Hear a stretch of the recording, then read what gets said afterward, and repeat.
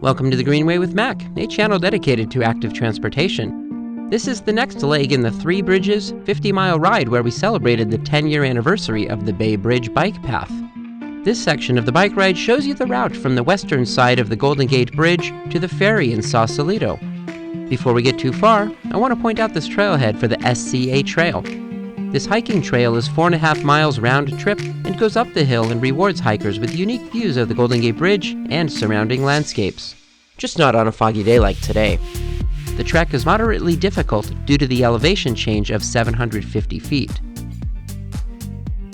It's more direct to get to Sausalito from the east side of the bridge, but there is more to see over here.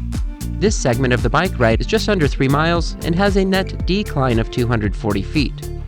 This initial segment is the steepest part, and you'll need to have brakes that work well. The public is not permitted to drive on this first half mile of the road, so this is a delightful coast down to sea level.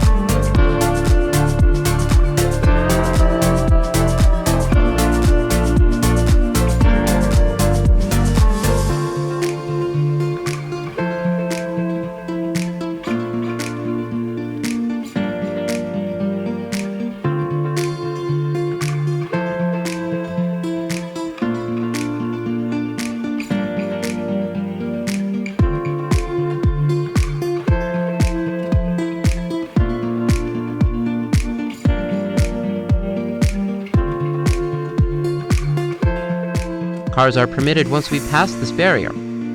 This section is a little busy with cars, but in general, most of this route is on lightly traveled roads. This fence closes the road to the public, which goes out to Lime Point Historic Lighthouse. Lime Point was initially going to be a large brick and mortar defensive structure, just like Fort Point at the opposite end of the Golden Gate Bridge, but delays in acquiring the land, limited funds, and changes to post-Civil War fortifications meant that this style of fort would never be built. In what was at the time the largest non-combat blasting operation in the United States, 24,000 pounds of gunpowder were used to fill in the site, and in the 1870s, a series of barbette batteries were built into the cliffs in the surrounding areas. These bunkers were home to large cannons that were intended to protect this region from invading ships. In 1901, construction started on the main structures of what was now renamed Fort Baker. The Coast Artillery Corps was created to man the batteries, and the structures built at Fort Baker were state-of-the-art housing facilities that were meant to improve the quality of life of its members. This repurposed structure is now Coast Guard Station Golden Gate, which is the busiest search and rescue station on the Pacific coast, with over 600 cases per year.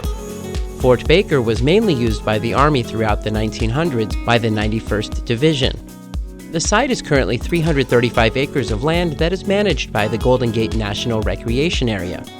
About 25 buildings remain and have been repurposed, such as the Presidio Yacht Club, Travis Marina, and the Bay Area Discovery Museum. Visitors can hike, fish, and launch boats and kayaks into Horseshoe Cove. The Bay Area Discovery Museum is an attraction designed for children under 9. There are a lot of hands-on exhibits that encourage kids to play in nature, be creative, and explore. They are open from Wednesday to Sunday, and admission is about $20. Let me tell you a little bit about the military batteries we are about to pass. These fortifications contained large cannons that were intended to protect the bay from invading ships. The batteries served as a deterrent more than anything, and were in place until World War II, when they became outdated due to their ineffectiveness against an air attack. There is a hiking trail on the left, called the Drown Road Trail, which will take you up to Battery Duncan. I haven't taken this hike, but I don't think you can actually explore the battery, as it seems to be fenced off. Right at this curve is Battery Cavallo, and I don't think you can see much of it because it also seems to be fenced off. If you want to explore one of the batteries, then I would hike to Battery Yates, which is right next to the Marina Yacht Club.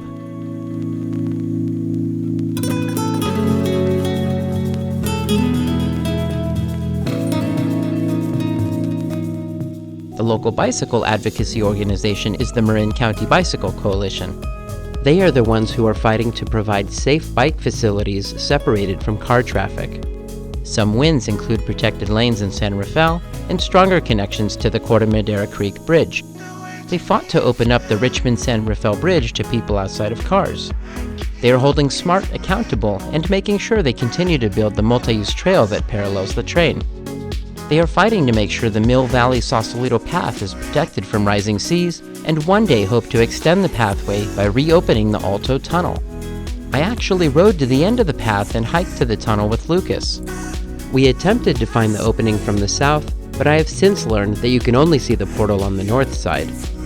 Look for a future video about the Mill Valley Sausalito pathway and that mini adventure to the Alto Tunnel.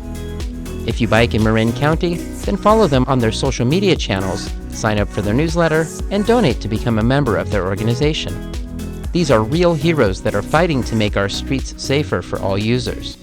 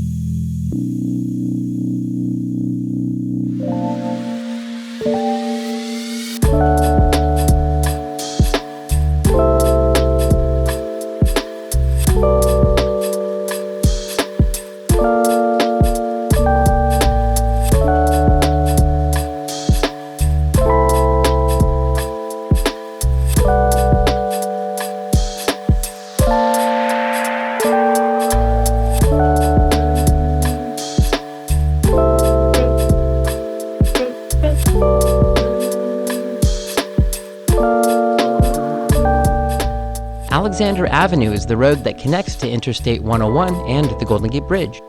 If you are on the eastern side of the Golden Gate, then you can take Alexander to Sausalito, and from here we are taking the same ride into town. From here, bike riders are expected to ride in sharrows. The trip is downhill or flat in this direction, so many people will have no problem riding in the roadway, but this isn't anywhere I would bike around with Lucas. For being a place that has tons of bike tourists, Sausalito is quite hostile to bikes. Except for a short stretch of the Mill Valley Sausalito path, the city of Sausalito has almost no protected bike infrastructure. Businesses have signs like this one, making it clear they do not want your bikes anywhere near them. They do have a solution for bike parking, and I'll show it to you at the end of the video.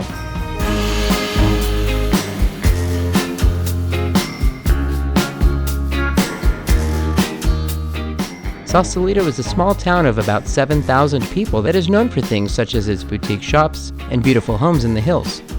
There's also a cool legacy of books, TV shows, movies, and songs written in and about Sausalito.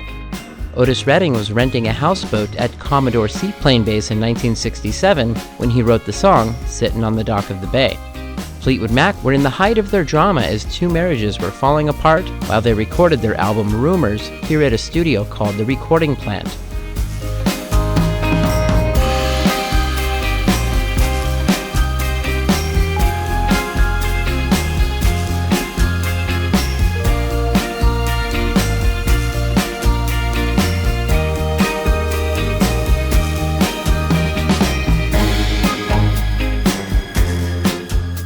These benches are an awesome place to have a picnic and stare at the city skyline on a clear day. It's also an unbeatable place to propose to your wife. Hi, honey. And yes, those are our bikes with us.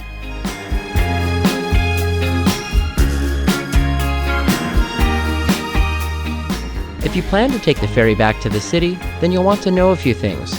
First, most ferries can accommodate up to 30 bikes, so make sure you get to your ferry early if you are returning at a peak time.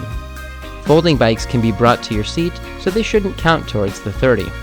Second, both acoustic and electric bikes are allowed on the ferry as long as they are not wider than 32 inches. However, bikes from the local bike share, Bay Wheels, are not permitted on board. As of 2024, the fare is $14 for adults, but only $7.75 if you have a Clipper card. Clipper cards are the local transit cards that work on nearly all the buses, trains, and ferries in the Bay Area. You can get a physical card at the fare stations, but I prefer the convenience of using the app on my phone.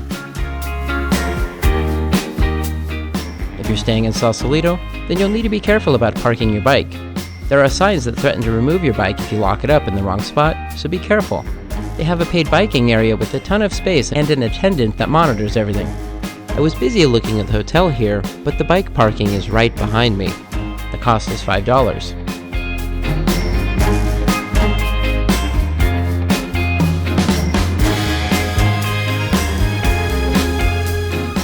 I hope you have a memorable trip across the bridge and into Sausalito.